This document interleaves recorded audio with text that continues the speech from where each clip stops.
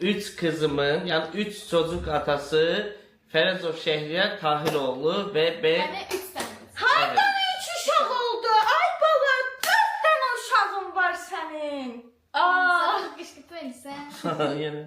Kışkırtma elisen. Yox. Ben kışkırtmadım. Nədir bu bilmirsən? Ben kışkırtma. Aşırı karakura nedir? Kışkırtma. 4 dənə uşağın var. İnanmıyorum. Yalan kışkırtma. Kışkırtma. Aşkımızı inanmalıyım. Ne?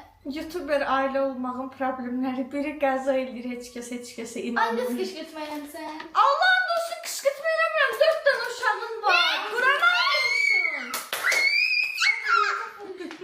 Atanın Evet, ata doğan kucaklan beni. qucaqla aşkım onunla nə adiyyət? Her gidiyorsun. Allah'ın dostu. Ada! Ay çok bir yalan elisen. Bunun tanıdık kız adı işine yoktu. Karakura bir daha. Var kağızlar Yenə- da var, indi bura durub sənə düşünəklə gəlmədim də aşkım. Ne söyledik? Şehre Fetsadə. Her gidiyorsun. Hərəcə Yine sen zamban. Sənin canvan başın.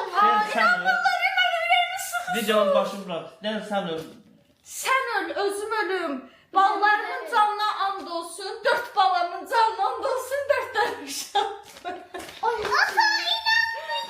Allah'ın dostu qışqırtma da öldü istəyirəm. Ağlama.